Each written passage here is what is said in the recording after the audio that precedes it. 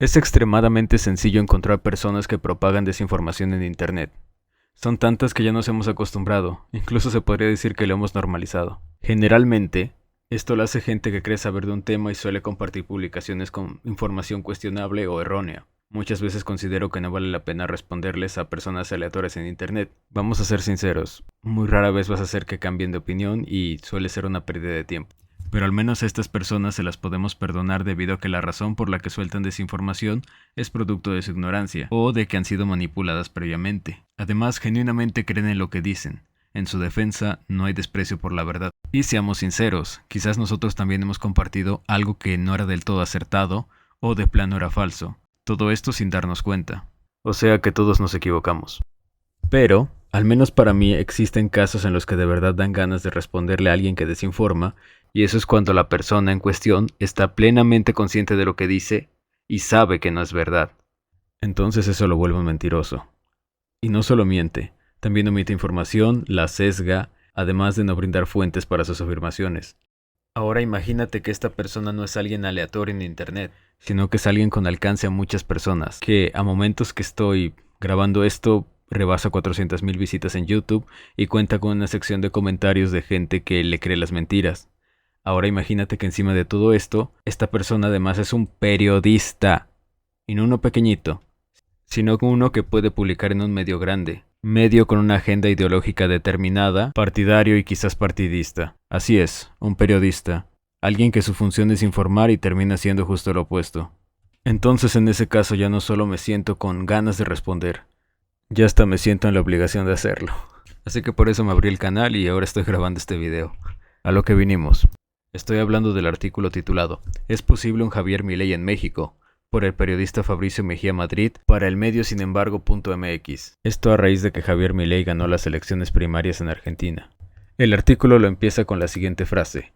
Para defendernos, hay que defender las mañaneras como espacio de anclaje, de un sentido de país, y su historia, que no puede ser presa fácil de lo único que cuenta la derecha, que es el odio. Bueno, vemos que desde esta frase el artículo ya empieza bastante sesgado y hacen algo que muchas personas de izquierda suelen hacer todo el tiempo, que es para tratar de desacreditar a la derecha, a sus rivales ideológicos. Lo que tratan es decir que el único recurso con el que cuenta la derecha es el odio. Básicamente lo que están tratando de hacer ahí es manipularte y llevarte al terreno emocional. No buscan darte argumentos, más bien tratan de estigmatizar al interlocutor para que no lo escuches y no compares ideas. Para que así, para cuando alguien de derecha te dé algún argumento, vayas con la idea preconcebida de que lo único que busca esa persona es generar odio. Lastimosamente ese truco barato funciona con algunas personas. También se subió un video al canal de YouTube de sinembargo.mx, donde es el propio Fabricio quien nos hace la lectura de su columna semanal. Voy a estar subiendo fragmentos de ese video, obviamente modificados por motivos de copyright, pero sin ninguna manipulación. Quiero dejar muy en claro que ese video no es parte de algún en vivo donde se le pudo escapar información equivocada, sino que es su columna que al ya estar publicada todavía la volvió a leer, es decir, tuvo mucho tiempo para hacer las correcciones pertinentes. Empezamos el artículo ya con una mentira, en una cita textual que hace sobre Javier Milei tras su triunfo en las primarias. Lo que les quiero contar es que estamos frente al fin del modelo de la casta, ese modelo basado en esa atrocidad que dice que donde hay una necesidad nace un derecho, pero se olvida que ese derecho alguien lo tiene que pagar, cuya máxima expresión es esa aberración llamada la justicia social, que es injusta porque implica un trato desigual frente a la ley, pero además está precedida de un robo. Ahora veamos lo que dice Javier según Fabricio. Estamos ante el fin del modelo de la casta, basado en esa atrocidad de que donde hay una necesidad nace un derecho, pero se olvidan de que alguien lo tiene que pagar. La máxima aberración es la justicia social, porque se olvidan de que es injusto que la paguen solo algunos. ¿Notaron alguna diferencia? Cuya máxima expresión es esa aberración llamada la justicia social, que es injusta porque implica un trato desigual frente a la ley, pero además está precedida de un robo. Puedes decir que es peccata minuta y que no es tan relevante que haya cambiado lo que realmente dijo, pero ya es la primera mentira y apenas empezamos el primer párrafo. Así celebró Javier Milei haber obtenido 1 de los tercios en que se dividió la elección primaria en Argentina, cuyo resultado final veremos hasta octubre en primera vuelta o hasta noviembre en la segunda.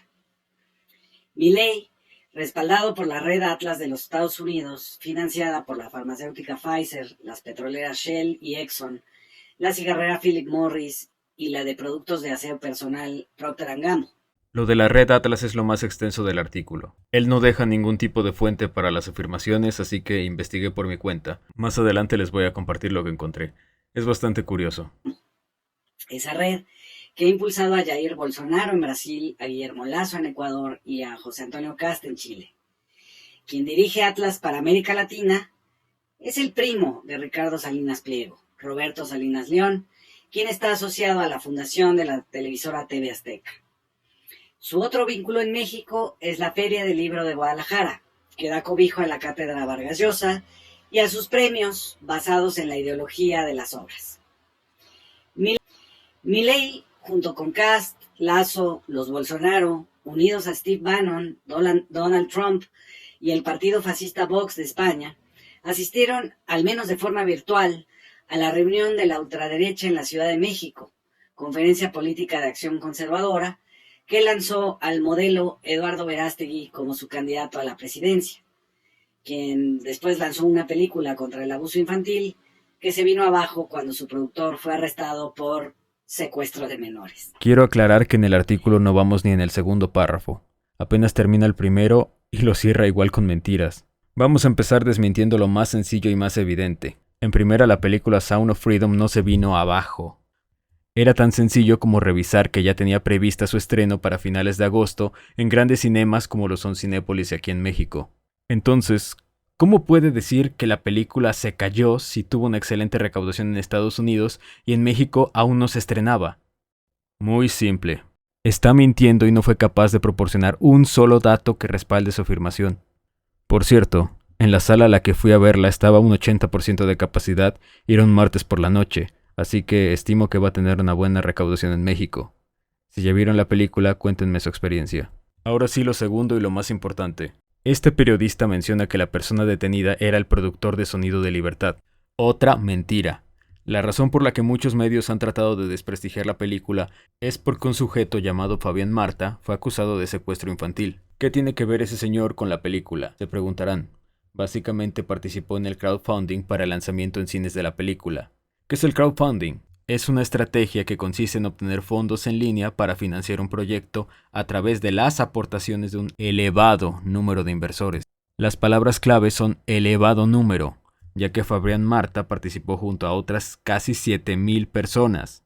Ya se dieron cuenta de lo ridículo que es tratar de desacreditar la película por esto. Básicamente es un proceso en el que participan muchísimas personas, por lo que es extremadamente difícil tener la certeza de que todas las personas que invierten sean buenas. Es decir, que los productores de la película no conocen a toda la gente que participa en el crowdfunding a un nivel personal. Además, para el caso de Marta en particular, era imposible que supieran de qué se le acusaba, pues es algo tan sencillo como que la película se estrenó el 4 de julio en Estados Unidos y los cargos se presentaron por la fiscalía el 21 de julio y fue detenido hasta el 23 de ese mismo mes. ¿También ya se dieron cuenta de la mentira que soltó el periodista? Dijo que era el productor de la película, cosa que es mentira. Película contra el abuso infantil que se vino abajo cuando su productor fue arrestado por secuestro de menores. Que se vino abajo cuando su productor En todo caso, sería uno de tantos muchos inversionistas. Y apenas terminamos el primer párrafo. Por cierto, concretamente el crowdfunding era para el P&A, que significa Prints and Advertising o impresiones y publicidad en español. El término todavía se usa ampliamente hoy en día para describir el costo de tomar una película terminada y comercializarla.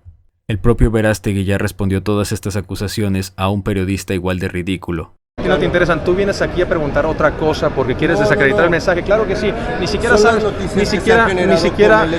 no, pero la noticia más importante, ¿sabes cuál es? Que juntos podemos acabar con la trata. Entonces, cualquier persona que venga a tratar de buscar desacreditar el mensaje, o eres parte de la industria de la pedofilia, o eres ignorante, o no te importan los niños. También te quiero preguntar Sí, con el pero inversionista, también prensa Pinocho, Marta, mira la nariz. ¿qué piensas al respecto? Acá te llega la nariz, mi hermano. ¿Qué piensas al respecto del inversionista Fabián Marta? Bueno, primero no seas mentiroso porque no es ningún inversionista. No es inversionista. Ve cómo miente. No, te escucho. ¿Dónde invirtió? Él invirtió para la película, él mismo hizo post. Mentiroso. No, a ver, con mentirosos yo no puedo hablar. Haz tu tarea muy bien. No seas mentiroso. No invirtió en la película. Invirtió en un crowdfunding para la publicidad de la película. Haz tu tarea, mi hermano.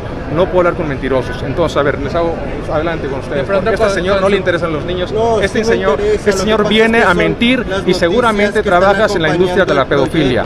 Hay que investigar a este hombre. No, periodista mentiroso. Porque mientes. La prensa tiene que informar con verdad. Vamos por el segundo párrafo. Milei es el representante de una corriente ideológica autonombrada libertarios o anarcoindividualistas, que usan la incorrección política como un arma antiprogre. En México no existe un antipolítico con estas características, ni siquiera Lili Telles. El que se asemeja más es la cara de Salinas Pliego en redes sociales. La única propuesta del libertarismo es que nadie interfiera con los deseos del individuo. Esa última sentencia está equivocada en muchos niveles. En primera, el liberalismo no tiene una única propuesta, sino que tiene varias dependiendo de la corriente y el autor. A lo sumo tiene un axioma básico que es el llamado principio de no agresión, es decir, el derecho de un individuo a no ser agredido por los otros. En segundo lugar, lo de que nadie interfiera con los deseos del individuo no es una propuesta liberal. En realidad, la propuesta es que nadie atente contra los derechos del individuo, y eso incluye la libertad. La diferencia entre hablar de derechos y deseos es que dentro de los derechos individuales existe la posibilidad de que estos atropellen los derechos de los demás, lo cual no sería admisible. Por ejemplo, es como si a alguien en la calle le gusta un auto lujoso y tuviera el deseo de tener ese coche y lo robara. Esto, desde una perspectiva liberal, sería inadmisible porque se estaría vulnerando los derechos de propiedad del dueño del vehículo. Hay un derecho a no ser molestado y los demás derechos, como los sociales, no existen. La pobreza no es un problema, sino algo natural. Lo que acaba de hacer se conoce como falacia de falso dilema. O la pobreza es un problema o es algo natural, cuando puede ser perfectamente ambas. Lo único que afirman varios autores liberales es que la pobreza es la condición natural del ser humano. Eso no quiere decir que no se le considere un problema. De manera que yo encuentro esta discusión absolutamente falaz. La pobreza es la condición natural del ser humano. El ser humano es naturalmente pobre. No tiene nada. Nunca lo ha tenido. Como consecuencia de la interacción, de la cooperación y el desarrollo evolutivo de las instituciones, el ser humano se ha dotado, en primer lugar, de derechos, ha creado la propiedad, ha intercambiado a través del contrato, ha descubierto el comercio y ha dejado de ser pobre. Lo que tenemos que explicar no es la pobreza. La pobreza es de suyo, intrínseca al ser humano. La condición natural es de pobreza. La condición no natural, la consecuencia de la civilización es la riqueza, no la pobreza. Entonces la pregunta válida es la pregunta por la riqueza, no la pregunta por la pobreza. Lo que somos todos originariamente es pobres. Y si la civilización se destruye, y si las causas de la riqueza desaparecen, ¿qué volvemos a hacer? Lo que somos, pobres. La pobreza no es un problema, sino algo natural. Los derechos de las mujeres o los demás géneros contravienen la libertad del feto o el orden natural. En todo caso sería el derecho a la vida del feto. Y no sé qué tendrían que ver los demás géneros, pero bueno, sigamos. Por eso Milei dice que está harto de la aberración de que por cada necesidad exista un derecho. Él no los reconoce, porque solo propone una sociedad organizada a partir de una libertad, la libertad negativa de que nadie intervenga en tu vida. Así Milei ha propuesto deshacer todos los demás derechos.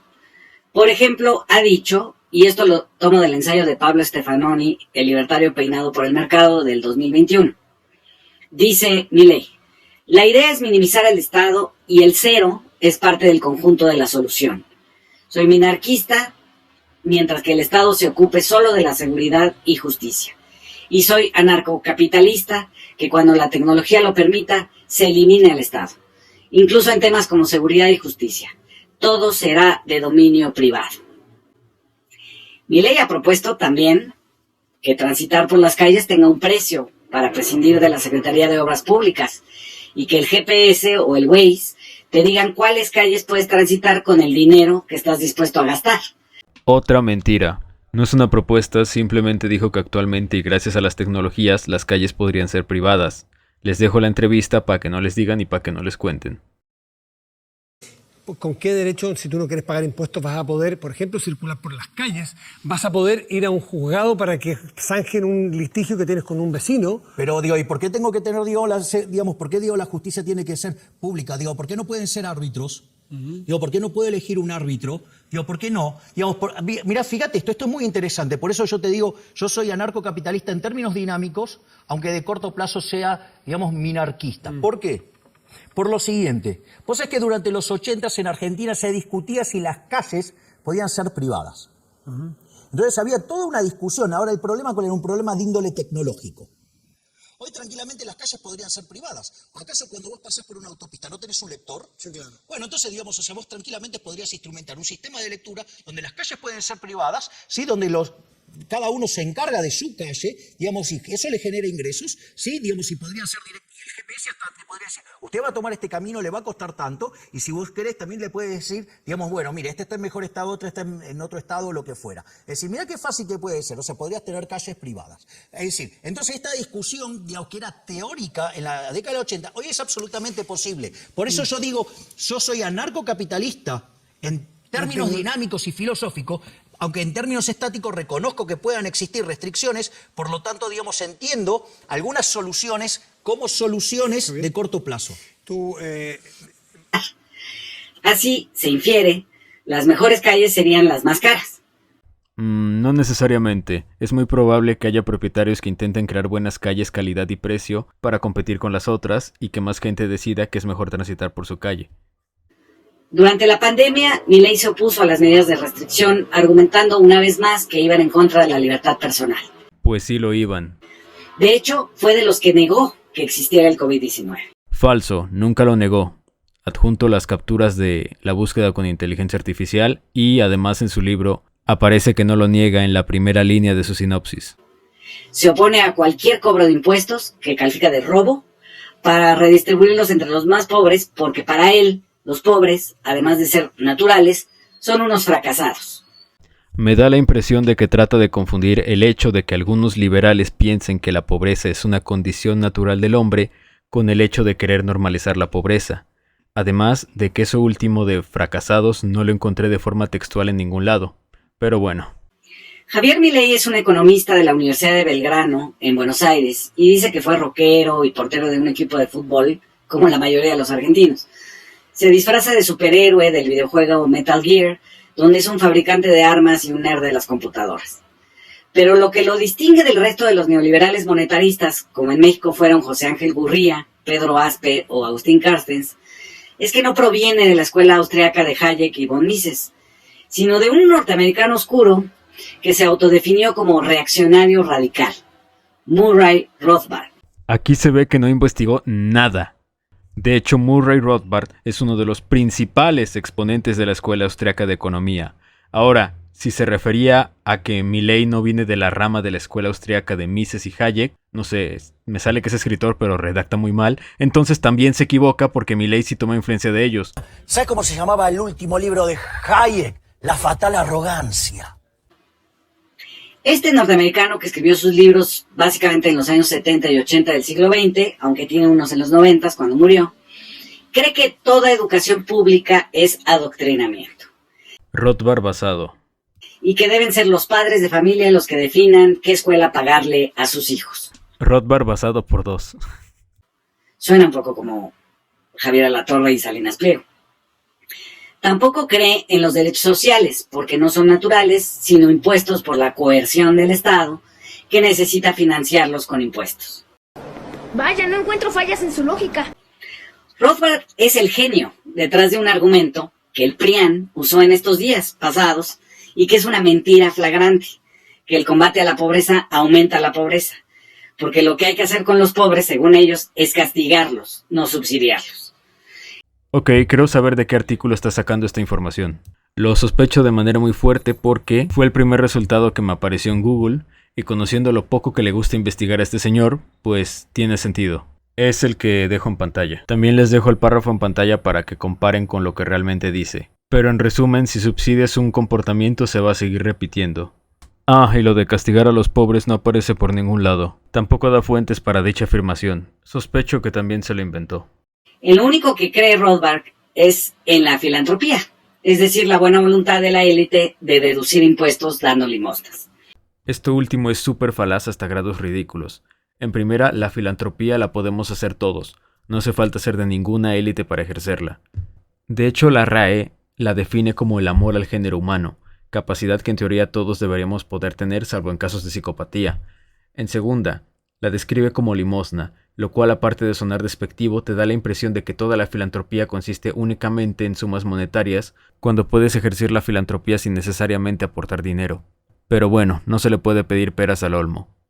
También trata de hacerte creer que toda la filantropía es como lo que fue el Teletón, que las donaciones que hacía la gente servían para la deducción de impuestos de grandes empresas.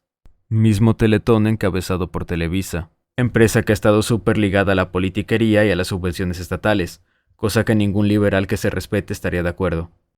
Además, en una sociedad liberal o minarquista, los impuestos serían los mínimos, mitigando que las empresas puedan hacer chanchullos de este tipo. Es decir, no podrías hacer deducciones de impuestos que no existen en primer lugar. En ese caso, las empresas estarían en igualdad de condiciones. Lo que dice no tiene sentido y cae por su propio peso. Otra cosa que me he dado cuenta que este tipo de gente que desprecia la caridad y la filantropía suele hacer. No les gusta porque piensan que todas las obras de caridad son cosas que debería estar haciendo el gobierno. ¿Por qué yo debería ayudar a esta persona si es responsabilidad del gobierno hacerlo? El gobierno debería darle subsidios. Los más listos ya se habrán dado cuenta de la gran trampa que es esto, y todo lo que implica. En realidad lo que buscan es hacer más grande al Estado y hacer a los ciudadanos dependientes de él. Es la estrategia básica de las castas políticas. También ganas simpatizantes con los programas sociales que llevan tu nombre, o son atribuidos a ti. Esta gente piensa que una sociedad que dependa de la caridad y la filantropía fracasaría, porque ellos son incapaces de hacerla, y piensan que el resto de las personas son como ellos. No conciben la ayuda al necesitado si no es a través del Estado y con dinero de otros. Los políticos odian la caridad porque el dinero no pasa por sus porosas manos. También propone la desaparición de la policía y el ejército a favor de la libre tenencia de armas y la contratación de milicias privadas que pueden ser como los detectives del siglo XIX o las autodefensas norteamericanas. Los jueces también serán privados y se contratarán sus despachos para castigar tal o cual delito. Y por cierto, a diferencia de Milei, que no cree que exista el cambio climático, porque, cito, el clima a veces es caliente y a veces frío, así dijo en una entrevista de televisión, su mentor Rothbard cree que dejado a la privatización el aire, los mares y la tierra, serían mejor cuidados por los empresarios, porque está en su interés hacerlo. A la hora de definir el Estado y sus funciones, Rothbard simplemente lo compara con una mafia que se hace de un territorio para cobrar tributos y que con el tiempo se va legitimando hasta parecer imprescindible. Su máximo enemigo es el Banco Central, la Reserva Federal de los Estados Unidos, que solo sirven a los intereses financieros. Así, mientras en Marx las clases sociales se definen por quién tiene la propiedad de los medios que producen, en Rothbard y los libertarios se ven función al Estado. Hay una élite beneficiada y unos pobres individuos que padecen su coerción. Lo que no propone Rothbard es cómo se organizarían estos individuos contra semejante despojo, porque en principio el teórico no cree en la política. Solo creen que los monopolios, como fuente de poder económico, son la consecuencia natural de la supervivencia del más fuerte, y por ello no teoriza sobre la existencia de un partido, como el que lleva el nombre Libertarian en los Estados Unidos. Y he ahí el primer punto en el que Milei va en contra de su maestro. Desde que decidió entrar al partido La Libertad Avanza, así se llama, en 2020, se ha presentado como un candidato antisistema que hará, cito, estallar desde adentro todo.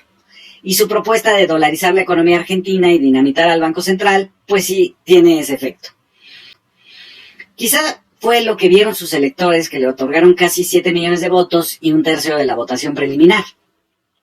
Con una inflación de 115%, 40% de pobreza, y atado a los adeudos que Macri contrajo con el Fondo Monetario Internacional para financiar su propia campaña electoral, que perdió, Milei parece una expresión desesperada del electorado argentino entre macristas y peronistas, a cuya candidata, por cierto, Cristina Fernández, un juez le impidió participar, además de que sufrió una tentativa de homicidio de un fanático de la ultraderecha que los medios manejaron como autoatentado. Otra mentira más.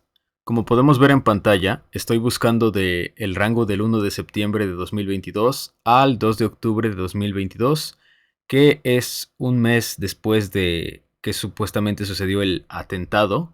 Podemos ver que la mayoría de medios de comunicación lo mencionan precisamente como atentado y prácticamente ningún medio menciona acerca de que haya sido un autoatentado. Veamos el que dice primero El País. Así ha sido el intento de asesinato de Cristina Fernández de Kirchner. Ok, veamos con la BBC. Cristina Fernández de Kirchner, las fallas en el operativo de seguridad durante el atentado contra la vicepresidenta de Argentina. CNN, declaran feriado nacional en Argentina este 2 de septiembre tras atentado contra Cristina Fernández de Kirchner. Bloomberg, la calle Po, sobre atentado a Cristina Kirchner. La violencia nunca puede ser tolerada. Algunas son citas, sí, pero ninguna se refieren en el encabezado como atentado. He estado revisando varios artículos y prácticamente ninguno da pie a que pudiera tratarse de un autoatentado. Básicamente el periodista está mintiendo porque dijo que los medios lo calificaron como autoatentado. Me pregunta ¿cuáles medios? Si todos los medios más grandes y más importantes del mundo, vemos que claramente lo mencionan como atentado y validan la versión oficial. ¿Esto es una opinión mía?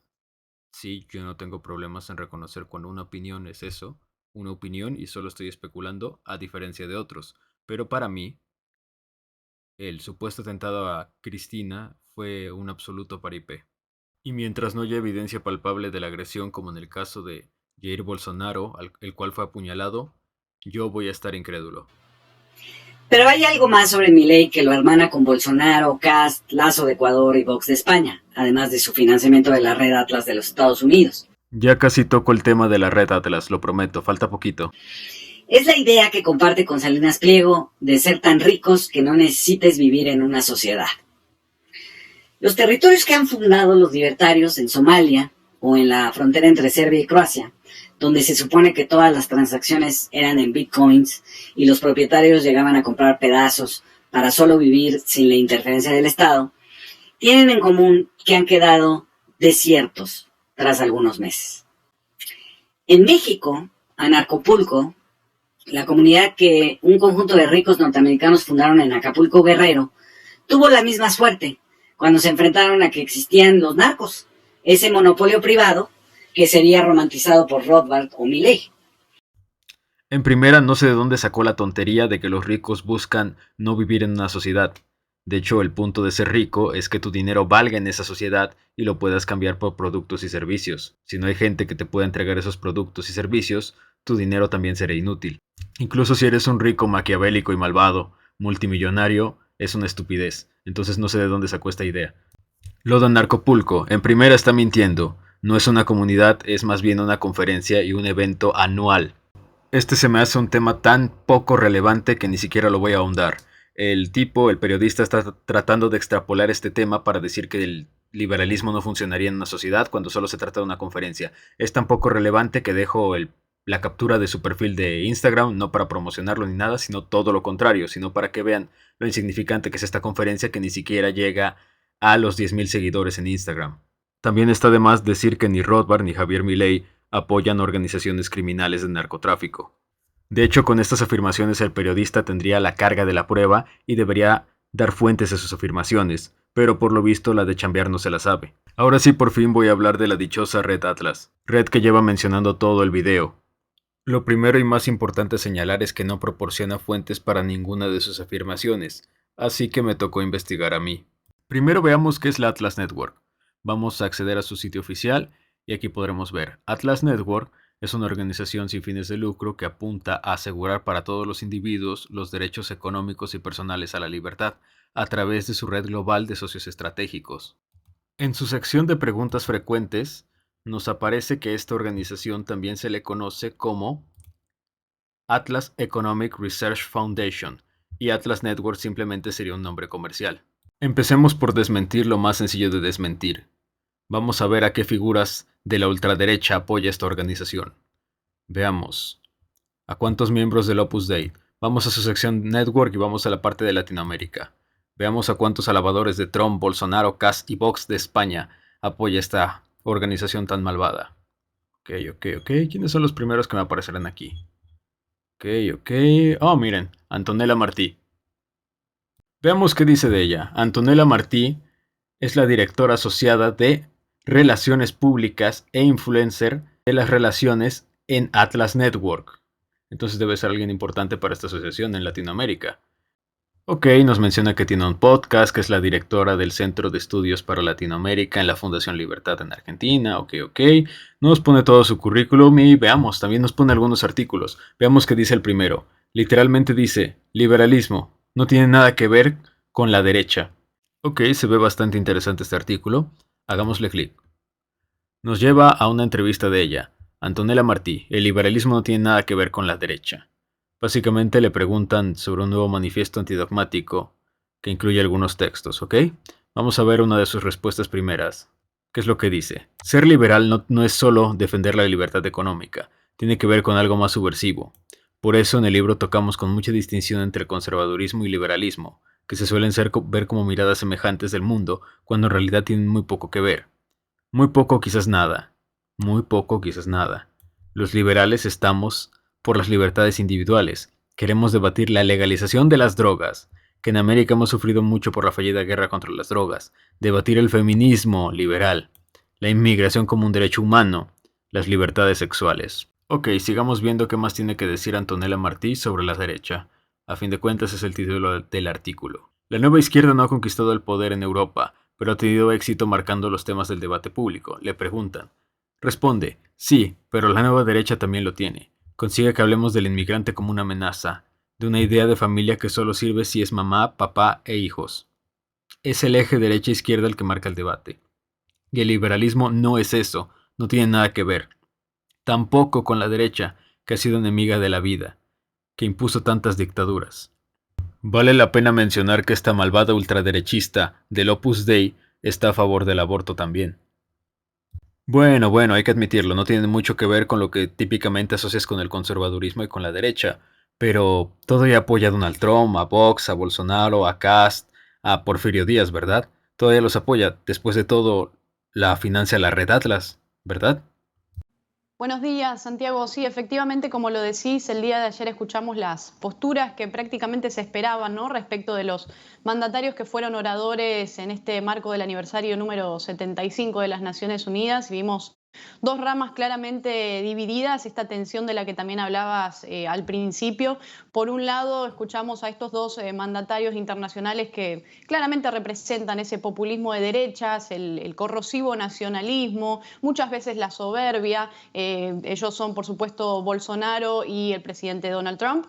Y por otro lado, vimos también el discurso del presidente Jair Bolsonaro de Brasil, dentro del ala también de estos populismos de derechas, quien también señaló, ¿no?, la responsabilidad de China en los sucesos de este año, y por otro lado dijo, y lo cito textualmente, que la libertad es el mayor activo de la humanidad. Eso sí, como siempre, Bolsonaro, sin mencionar que para él se trata de algunas libertades, ¿no?, que para él las libertades se dividen en tajos, y esto lo digo porque bien sabemos que no está a favor ni de la legalización de las drogas, también sabemos sus posturas claramente homofóbicas que dejan en evidencia el fuerte conservadurismo que carga este tinte de populismos de derecha sin lugar a dudas, pero con posturas bastante controversiales ambos, y con al menos por parte del presidente Jair Bolsonaro en el Brasil, donde recibió muchas críticas al respecto de su discurso en las Naciones Unidas.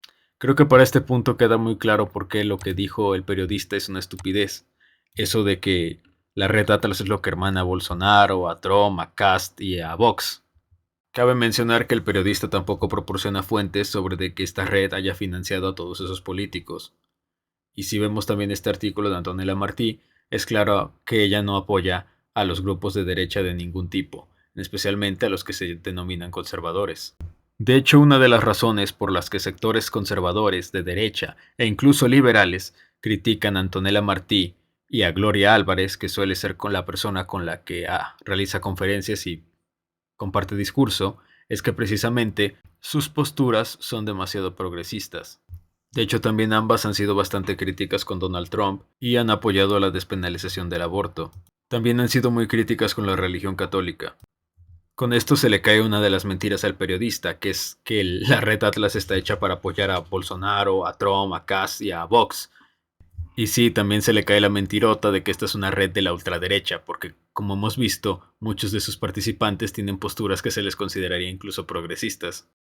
Vamos, que se necesita ser un poco tonto y conspiranoico para creer que la Atlas Network y el Opus Dei se llevarían bien. Continuamos con la parte del financiamiento. Vamos a ver de dónde recibe los fondos la Atlas Network y a qué asociaciones apoya. También si es posible que estén financiando a Milei. Cabe recalcar que el periodista tampoco presenta pruebas para esto y no genera ningún enlace. Entonces voy a compartirles lo que yo investigué. Y no niego que haya posibilidad de que estén financiando a Milei y financie todo lo que diga que está financiando, pero ¿dónde están las pruebas? Es parte de ser un buen periodista dar fuentes para sus afirmaciones y en todo el artículo no hay ninguna fuente, como ya he mencionado repetidas veces. Investigué si en efecto Pfizer los estaba financiando como menciona el periodista. No encontré información al respecto y en su página oficial no hay información sobre eso. Tampoco en otras cuestiones estuve buscando con cadenas de búsqueda y también interacciones en sus cuentas oficiales de Twitter, eso tampoco está. De hecho, lo único que encontré en Twitter fue una interacción de un usuario diciendo que la Atlas Network financia a Agustín Laje y a Milei y estos a su vez se financian por Pfizer, pero de nuevo el usuario no da ninguna fuente y es el único tweet que lo afirma. Ok, encontré algo muy interesante. El único enlace que menciona lo de Pfizer, que además encontré como fuente de que Pfizer fuera una de las corporaciones que financian a la Atlas Network, es este artículo. Este que se titula "Está muy fumado el artículo, la verdad no tiene ningún sentido y no es nada serio". Pero bueno, vamos a leer el título. Fundación Atlas, de Bernardo Shaw a Javier Milei. La génesis de Fundación Atlas comienza con los socialistas fabianos, se emparenta con el ascenso de Mussolini al poder y se continúa en estos tiempos con el llamado movimiento libertario y sustenta gobiernos y candidatos ultraderechistas. Ok, el artículo es un disparate y no tiene sentido, si quieren léalo ustedes. Obviamente no lo voy a desmentir, pierden mucho tiempo con el primero, pero bueno, hay cosas muy interesantes que les quiero enseñar de este artículo. Vamos con lo de Pfizer. En primera, creo que nuestro amigo periodista, del primer artículo, creo que tomó, esta es su fuente, este artículo. ¿Por qué pienso que sí? Bueno, porque las corporaciones estas que mencionan no están en orden alfabético, ¿no? Aquí vemos que esta Exxon debería ir antes si fuera así. Lo curioso es que está en el mismo orden que el artículo que acabamos de ver, entonces es muy probable que este artículo haya sido su fuente. Entonces, bueno, veamos aquí qué dice. Pfizer, Shell, ExxonMobil, Philip Morris y Procter & Gamble. ¿Y cómo lo dice el artículo de nuestro periodista? Ok.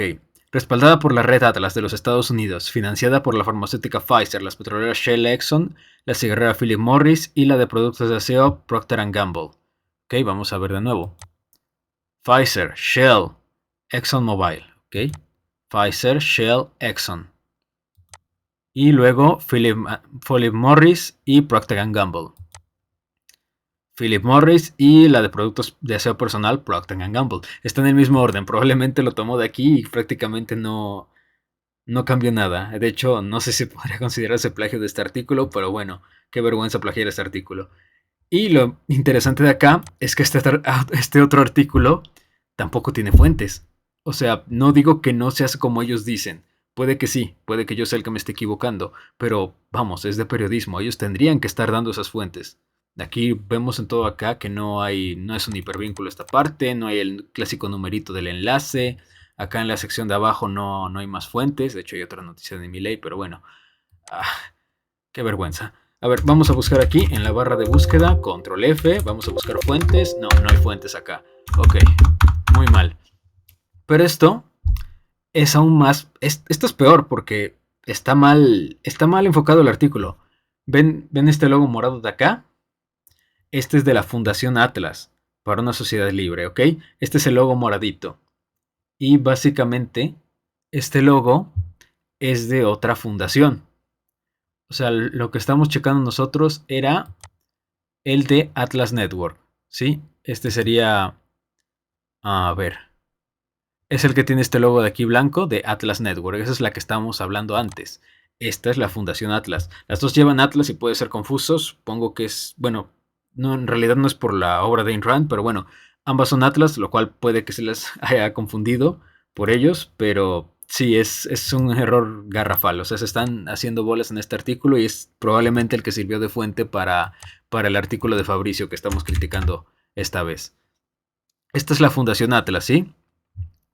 La misión de la Fundación Atlas, a ver, aquí está lo interesante. Fue fundada el 9 de noviembre de 1998 por Guillermo M. Yates, ¿ok? Y José Esteves. Y ahora vamos a buscarlo en la Atlas Network. Vamos a ver. Vamos a Who We Are. Y aquí tiene que venir alguna fecha de creación de la asociación. Ok. La Atlas Network la fundó Anthony Fisher. Y acá abajo dice Fisher's journey as an entrepreneur and change agent brought him to the USS. Y en 1981 estableció lo que se convirtió en la Atlas Network. Y la institucionalizó. Entonces, básicamente, lo que descubrí es que en este artículo, que muy probable es la fuente y que es un completo disparate, está mal. O sea, vamos a ver. Vamos a buscar aquí Fundación Atlas. Vamos a ver, aquí está en el título. Aquí está en el título. A ver, aquí dice: el más notorio de ellos fue Sir Anthony Fisher. Acabamos de ver que es del Atlas Network el fundador, ¿sí? Acá está. Anthony Fisher. Ahí está. Muy bien. Ahora, educado en Queen College, entidad fundada en Fabianus Fisher, Fisher se abocó durante su existencia a impulsar las ideas del liberalismo a ultranza. Para eso creó la Fundación Atlas. Se está confundiendo. La Fundación Atlas es la de este logo moradito. La que él fundó es la Atlas Network. Si hubiera puesto aquí Red Atlas, sí estaría bien, pero está mal hecho. O sea, la Fundación Atlas es esta de Argentina. Esta de aquí, que dice, fue fundada el 9 de noviembre de 1998 por Guillermo M. Yates y José Esteves. Esto ya se los acabo de leer. O sea, ya empezamos el artículo mal. O sea, está confundiendo. O sea, este punto, en el propio artículo, está confundiendo a ambas instituciones y les está... o sea, no sabe ni bien lo que quiere decir. Y no aprueba, no pone fuentes. Es bastante patético y es muy probable que Fabricio se haya inspirado en ese artículo para hacer el suyo, o al menos tomó información de ahí. La verdad, todo el artículo de aquí es un completo disparate, pero bueno, lamento que se haya extendido esta parte, pero cuando entendí esto, que estaba mal redactado, que ni siquiera entendía lo que escribían, que no tienen fuentes para nada, la verdad sí me decepciona bastante. Entonces, no digo que no reitero, no digo que no sea como ellos dicen, pero ¿dónde están las pruebas? Es importante que los periodistas empiecen a dar buenas fuentes de información y no solo suelten información al aire. Tienen que respaldarlas, o sea, es básico. Ok, ya vimos un poco de quién financia supuestamente a la Atlas Network, entonces vamos a ver a qué fundaciones la Atlas Network apoya. Porque como habíamos mencionado previamente, pues tienen, básicamente lo que ellos hacen es una red de partners, es lo que ellos dicen, y tienen varios partners en Latinoamérica. De hecho, en su página solía mostrar que la Fundación Moradita, la de Fundación Atlas, era uno de sus partners. La verdad no sé si lo sigue haciendo, pero bueno. También otro partner que es posible que tenga relación con Milei es la Fundación Argentina denominada Fundación Libertad. Ok, entonces, ¿qué significa ser un partner para la Atlas Network? Veamos qué nos dice su sección de preguntas frecuentes en la sección de partners. ¿Qué significa ser un partner? Significa que tu organización comparte nuestra visión de un mundo libre, próspero y pacífico, donde el gobierno es limitado, se defiende la ley, la propiedad privada y los mercados libres. ¿Qué beneficios te da ser un partner? Dice, al unirte a la Atlas Network tendrás la oportunidad para aplicar a entrenamientos, subsidios y oportunidades de premios durante el año. Ok, entonces si dan subsidios, vamos a ver de qué cantidad estamos hablando. Vamos a su sección de Financials. y tienen publicado un reporte anual de 2022. Vayamos a abrirlo. Ok, vamos a ver de cuánto se trata el financiamiento. Vamos por acá, por acá. Ok, Ground Fundings Across the World. ¿A quién financian a través del mundo? Veamos cuánto le dan para Latinoamérica, México y el Caribe. Son $1,633,367. ¿Saben lo que es esto? Son 30 millones de pesos. Si quieres llevar una agenda de la ultraderecha en toda Latinoamérica, esto no te alcanza ni para los chicles, ¿sí? Para que tengan una referencia, en México, en 2018 fueron las elecciones más caras de su historia, según la revista Forbes. Veamos cuánto fue el presupuesto de las campañas. 2.148 millones de pesos en total en gastos, solo en los gastos de campaña. Ahora veamos algunos partidos como Encuentro Social que tuvieron 125 millones de pesos. Ahora entienden por qué es ridículo. O sea, Encuentro Social tuvo muchísimo más dinero para su campaña de 2018. Encuentro Social, que es un partido pitero aquí en México que creo que ya ni existe, tuvo más dinero para su campaña en 2018 que toda la Red Atlas, todo lo que destina la Red Atlas para Latinoamérica en 2022. Ni siquiera lo estamos ajustando a la inflación. Si lo ajustáramos a la inflación, esto sería muchísimo menos. Sería todavía menos. Entonces, que quieran venderte la moto de que esta es una red que apoya a toda la ultraderecha, desde Trump hasta Bolsonaro, en toda Latinoamérica es bastante fumada y bastante ridículo.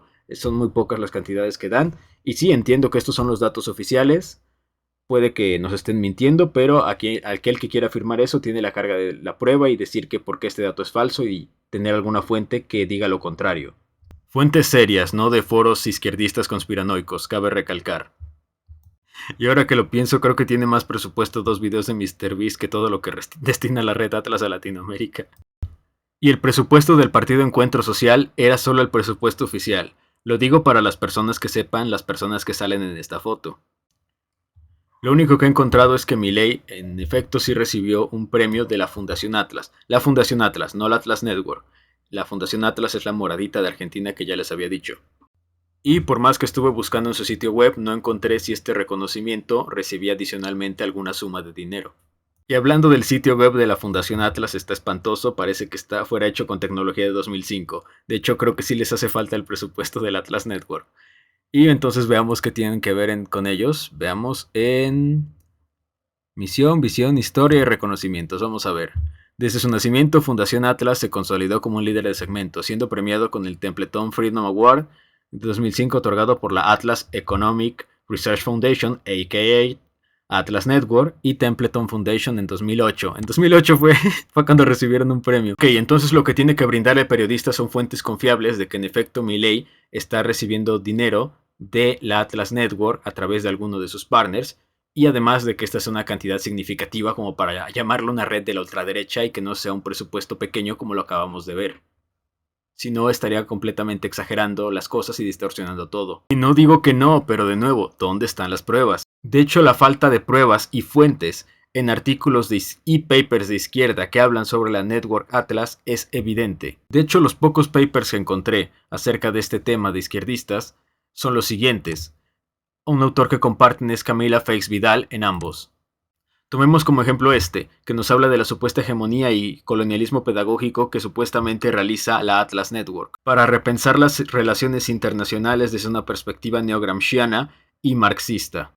Y este otro titulado El poder de las ideas, el Foro de la Libertad, que habla de un think tank en Brasil que es partner de la Atlas Network. Las únicas 2 fuentes que utilizan estos artículos para afirmar que a la Atlas Network la patrocina Pfizer son los siguientes 2. El primero se titula Atlas Network, The Right Wing Libertarians, que es de la página People's Dispatch. Según lo que he investigado, es un sitio con sesgos de izquierda. El otro es un artículo publicado en el portal de Intercept, que se titula Esfera de influencia, cómo los libertarios americanos están cambiando las políticas en América Latina, por el periodista Lee Fang. Cabe mencionar que el primer artículo que les mencioné utiliza como referencia el artículo del propio Lee Fang, entonces es una lógica bastante circular y evidencia la falta de fuentes que tienen para estos temas. En realidad estaríamos hablando entonces de una única fuente, el artículo de Lee Fang. Cabe recalcar que este artículo, como ya viene siendo costumbre, brilla por su ausencia de fuentes. Entre los temas más importantes de los que habla este artículo es el rol de Alejandro Chafuen que ha tenido durante los años cuando era presidente de la Atlas Foundation. Se menciona el financiamiento de Pfizer, pero tampoco brinda un enlace o fuente para tal afirmación. Mismo caso para el supuesto financiamiento del Departamento de Estado, no proporciona fuentes, que en 2016 era de tan solo $5 millones para los 178 partners en 81 países. A propósito, en ese reporte sale una foto de Dale Bottoms junto a Gloria Álvarez, que no es muy pro-Trump o Bolsonaro que digamos. El artículo sigue y tiene joyitas como que el Atlas Network fue utilizada para, en una campaña de larga duración, desestabilizar al gobierno del líder Hugo Chávez. Sí, claro. No fue la inflación, no fue la corrupción, no fue la expropiación, no fue la ineptitud, fue el Atlas Network lo que desestabilizó Venezuela. También acusa a Alex Chafuen y a los afiliados del Atlas Network de haber sido los que tumbaron la presidencia de la corrupta de Dilma Rousseff en Brasil. Y así el resto del artículo, lleno de sesgos de izquierda, mentiras y defendiendo dictadores. Aunado a la falta de fuentes, hace que no me lo pueda tomar muy en serio. Por fin terminemos con lo último del artículo. Del voto a favor de Milei se ha dicho que es culpa de los errores de los gobiernos progresistas de Cristina y Alberto Fernández. Pero lo cierto es que hay un proceso inverso al que vivimos en México. Si con la 4T los plebeyos tomaron a la política como una forma de identidad, en la ultraderecha es la antipolítica la que se desarrolla como la identidad a partir del odio. Ese odio funciona hacia personajes concretos por su sola apariencia, que es, para este sector, parte de un proyecto político. Por supuesto que no. ¿Por qué sentiría odio hacia alguien que es mucho más débil que yo? Solo me produce lástima. Así, si una mujer es dirigente, su peso o su belleza se toman como metáfora de su incapacidad o de su superficialidad. Lo vemos cada vez que Salinas Pliego insulta a Citlali Hernández, dirigente de Morena, o a Luisa María Alcalde de Gobernación, o a la propia Claudia Sheinbaum. Es la apariencia lo que genera el odio, y este se estereotipa para todo el movimiento obradorista. Lo dice con tanta seguridad, como si los militantes de Morena jamás se hubieran burlado del físico de alguien, cosa que ha sucedido, y seguirá sucediendo. Es bastante común y no tiene nada que ver con el partido que milites. En todos los bandos hay gente que se burla del físico de la gente. Esta comparación es simplemente falaz. Milei, igual que Meloni en Italia, Abascal en España, Trump en Estados Unidos o Le Pen en Francia, vienen de la frustración de la pandemia. En México, a pesar de los esfuerzos del PRIAN y de TV Azteca, no existió un movimiento terraplanista que negara la epidemia o que se opusiera con éxito a la vacunación. En Argentina, Milei encabezó las protestas contra el quédate en casa y de ahí degeneró en un odio contra los supuestos causantes de la crisis por endeudamiento que siguió. No hemos valorado suficientemente la decisión en México que tomó contra viento y marea López Obrador de no endeudar al país y en cambio usar el presupuesto para generar desde abajo un mercado interno. Ahí están las bajas sustanciales de la desigualdad y la pobreza, el aumento al salario y el fin del outsourcing, el no aumento de impuestos, los programas sociales y la infraestructura que solo en el Istmo generó 210,000 empleos nuevos. Argentina no. A ellos les está sucediendo ese corte que implicó el neoliberalismo sentimental, el del odio, donde ya no reconocen la memoria histórica y ni siquiera cuentan ya con una historia personal. Solo así puede entenderse que un sector barrial y pobre vaya y vote a quien ha dicho que la pobreza es natural. Otra vez con la misma tontería. El hecho de que la pobreza sea algo natural no quiere decir que se esté legitimando, no quiere decir que la gente deba conformarse con ser pobres. Simplemente se está señalando un hecho objetivo, como ya se explicó previamente. También chequen cómo se refiere al apoyo a Milei como un fenómeno barrial. Esto va a ser importante para contrastarlo con su hipocresía un poco más adelante. También menciona el concepto de neoliberalismo sentimental, que básicamente sospecho que es otro término que él también se inventó para querer encasillar a la gente que apoya el liberalismo como gente que odia y que su fundamento básicamente es el odio. De por sí el término neoliberalismo es bastante poco riguroso. Básicamente me refiero a que no se tomen nada de lo que dice en serio, la verdad no sabe lo que dice y no sabe estructurar sus ideas, y se inventa términos para describir lo que quiere y respaldar sus prejuicios. También dice que los que lo apoyan no reconocen la memoria histórica, cuando es precisamente la memoria histórica lo que le suele dar bastante impulso a Milei. Esto de cuando Argentina fue la primera economía del mundo, esto se le suele atribuir a la primera constitución de Alberdi. Es decir, la gente tiene el antecedente histórico de cómo la libertad económica mejora las condiciones de vida de la gente. La verdad, a estas alturas ya ni me sorprende que no haya mencionado estos hechos tan importantes, ni siquiera para rebatirlos o desmentirlos. Pero bueno. Una de las pérdidas de estos electorados es con su propia historia. El neoliberalismo triunfó en dejar a una parte de sus poblaciones sin referencias simbólicas, sin asideros, sin historia. Todo pasa y todo es quién sabe por qué. No, Fabricio, el que no entiende de historia y que piensa que las cosas suceden porque sí, eres tú. Cosa que ya quedó muy clara en este video. El odio tiene entonces la capacidad de capturarlos. Los gobiernos progresistas tienen que argumentar sobre entes abstractos, mientras que la ultraderecha es hacia las personas que vemos todos los días en los noticiarios y son concretos. Una de las pérdidas es justo esa posibilidad de leerse como país en el tiempo, sobre todo quién tiene la culpa de los fracasos nacionales, e insertar ahí, en ese relato, tu propia historia personal y familiar.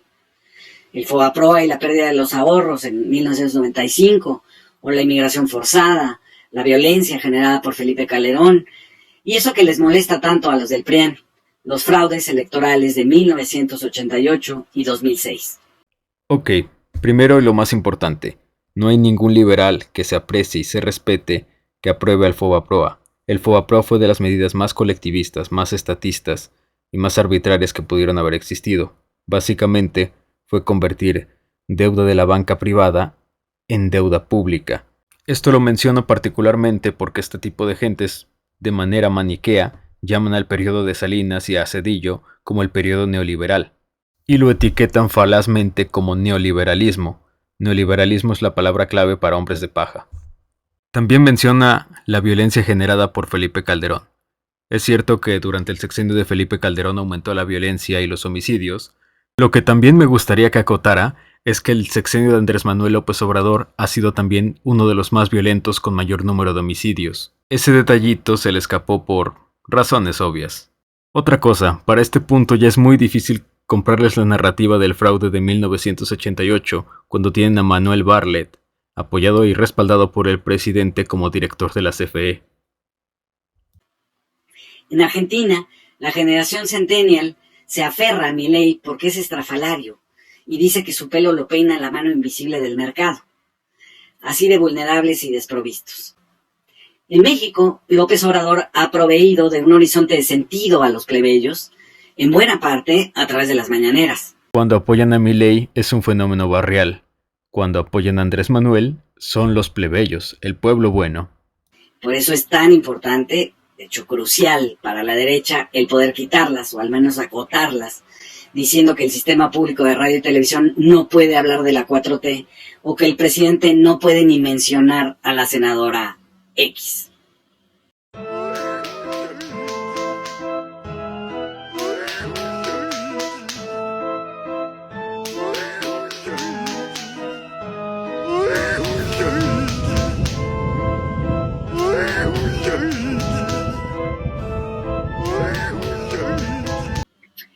Del caso argentino, Jorge Alemán, el filósofo y psicoanalista exiliado en España, ha dicho, lo cito, ese es otro éxito neoliberal, hacerle sentir a la gente como un fracaso personal su proyecto de vida, cuando fue el sistema el que preparó las condiciones de ese fracaso. Considero que esto es exactamente al revés. Pienso que las clases políticas tratan de colectivizar fracasos personales, buscando instrumentalizar el resentimiento de ciertos sectores, con redistribuciones absurdas y populistas. No se necesita ser un genio para saber que solo esto es una excusa para acceder al poder y hacer más grande al Estado. Luego, esa culpa pendula y va hacia el odio a los políticos. Ahí hay un enorme terreno para que estas ultraderechas florezcan, porque no pasan por la conciencia reflexiva. No es como antes, que alguien decía, yo soy fascista. No se necesita esta definición. Es una especie de administración brutal del desamparo, la insatisfacción, la culpa, el odio, y así se va configurando un tipo de subjetividad que estas ultraderechas logran capturar. Para responder a la pregunta de este texto, un Javier Milei no es imposible en México. Puede salir de las filas del PRIAN, o hasta del Movimiento Ciudadano, o El Verde, o del grupo de Verástegui. Para defendernos, hay que defender las mañaneras como espacio de anclaje de un sentido de país y su historia, que no pueda ser presa fácil de lo único con lo que cuenta la derecha, que es el odio. Muchas gracias por escuchar. Por fin terminó y su último argumento fue lo mismo y fue súper redundante, lo mismo del odio. Pero ya por fin terminó el artículo. Siéndoles muy sincero, fue muy tedioso hacer esta videocrítica. Tenía muchos años sin yo editar un video y entre que compraba las licencias y me acostumbraba a los programas. También tuve algunos problemas con el audio, pero créanme que lo más tedioso en realidad fue desmentir todo lo que dijo en ese artículo. Básicamente decir una mentira es bastante sencillo, nada más la dices y ya, pero para desmentirla tienes que ser muy preciso, tienes que buscar información, datos, artículos. Todo lo que dije traté de hacerlo con una fuente y voy a dejarlas en los enlaces del video. También conseguir los enlaces de los videos y descargarlos de todas las entrevistas y todo lo que descontextualizó fue un trabajo arduo, se los juro, así que pues si les gustó el video, por favor denle like y traten de compartirlos porque la verdad esto sí me llevó bastante tiempo. Pero bueno, la razón por la que lo hago es muy importante. Básicamente los periodistas en México tienen carta libre a mentir y nadie los desmiente, nadie les dice nada. Nadie le plantó cara y decidí hacerlo yo mismo. Les juro que cuando me topé este video en YouTube y vi que tenía muchísimos más likes que dislikes y había un montón de gente que le creía todas las mentiras y nadie en ningún momento le desmintió. Tantas mentiras seguidas en un artículo y nadie le dijo nada. Alguien tenía que hacerlo y quise ser yo. Espero que el video haya sido de su agrado. Disculpen los problemas de audio, pero ahora les pregunto su opinión. ¿Qué es lo que piensan de los periodistas como este? ¿Quieres aportar algún tema de los que mencioné en el video? ¿Debatir algo? Eres libre de hacerlo en la caja de comentarios.